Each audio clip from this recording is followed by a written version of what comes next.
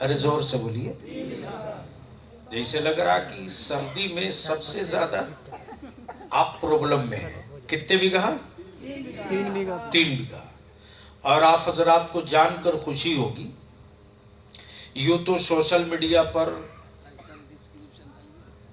کسی کے بارے میں کچھ بھی لکھنے میں پیسہ نہیں لگنا ہے. آپ لکھ سکتے ہیں، اور جو کچھ نہیں کر سکتا ہے وہ واٹس ایپ فیس بک پر گالی بھی نہیں دے سکتا. کیا اگر یہ بھی نہ کرے تو وہ کس کام کا ہے بھائی؟ یہ بھی ایک کام ہے.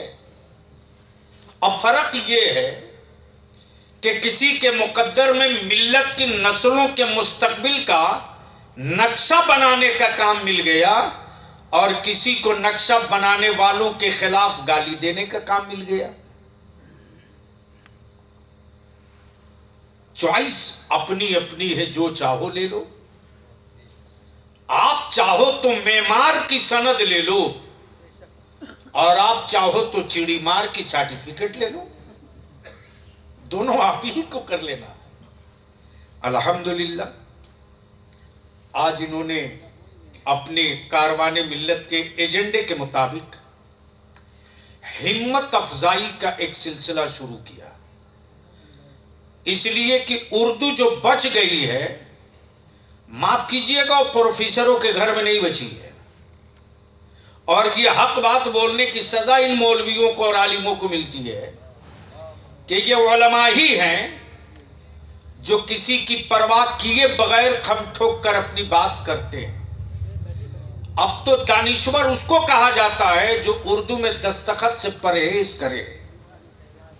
لیکن تنہا مدرسے کا پڑھا ہوا بلیا بھی ہے، ایم پی رہا تب بھی دستخط اردو میں، ایم ایل سی رہا تو کوشچن اردو میں، اور ابھی چیئرمین ہے تو کوئی بھی چٹھی بغیر اردو کے دستخط کے باہر نہیں آتی ہے. کیوں؟ جب حکومت کی طرف سے اردو میں دستخط پر کوئی پابندی نہیں ہے تو اپنے کو پروگریسو کہلانے والے اردو کا قتل عام کر رہے ہیں، اور اردو کے نام پر اردو بیچ کر حویلی بنا رہے ہیں. سچائی یہ ہے کہ آج اگر بھارت میں اردو زندہ ہے تو وہ کسی اسکول اور کالج کی دین نہیں ہے، وہ دین ہے صرف مدارس دینیہ کی، جس کے بدولت آج اردو زندہ ہے. اور جب تک مدارس زندہ رہیں گے، اس لیے کہ جس امانت کو بچانے کا عہد عالم کر لے، کسی حکمراں کی اوقات نہیں ہے کہ اس امانت میں کہیں سے خیانت کر دے. بے شک بے شک. اس لیے آج اردو بچی ہوئی ہے.